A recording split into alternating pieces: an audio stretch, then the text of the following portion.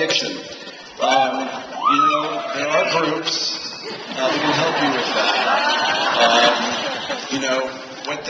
They'll get you on Babylon 5 for a while, and then eventually, you can rejoin society.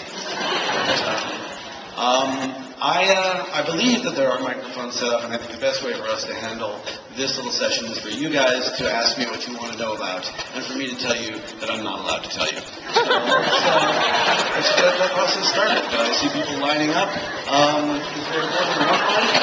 Oh, wow. You're all here.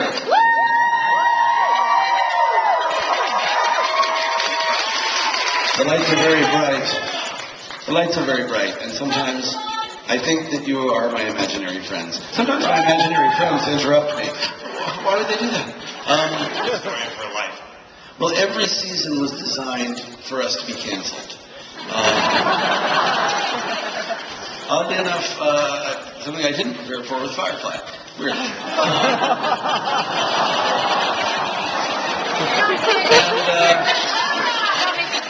But, it is an uncertain life, and so every season we wanted to go out with just enough so that we could say, if we never come back, we have a sense of closure.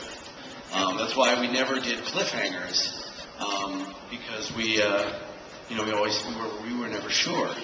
In fact, the first time I did a cliffhanger was season 4 of Angel, and I was like, oh, no, I'm sorry, it was season 3 was the first time, and then I came back and I was like, oh, the first episode is so much easier to write now. Our first episodes were almost always our weakest, because, we sort of closed everything out. So it didn't have to be big, like the last episode of season 4, with the dream, was really just a coda and not a giant climax, but it always had to be enough. Yes, I regret introducing Tara. No.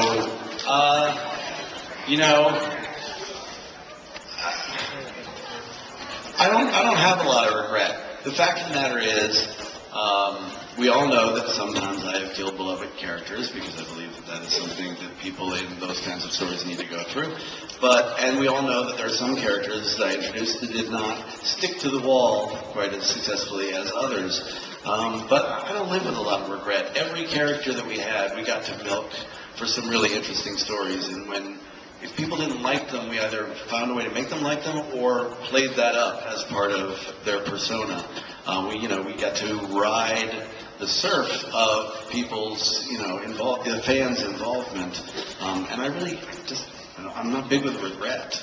It's not on my schedule.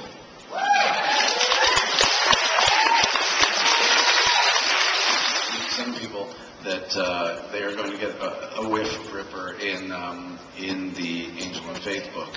This isn't the case.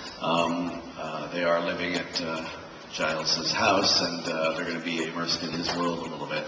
I would still and always want to do an actual Ripper series or movie. I have broached it and been close to it so many times that I think if I ever mention it to Anthony Storhead again, he will put a knife in my throat.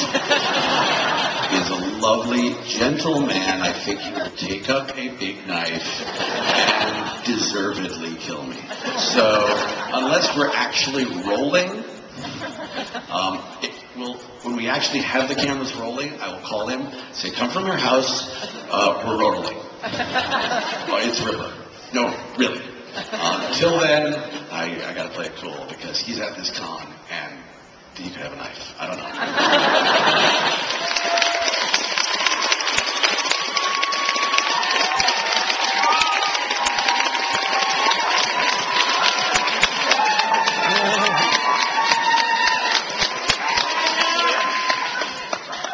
The thing that you have to understand is yes.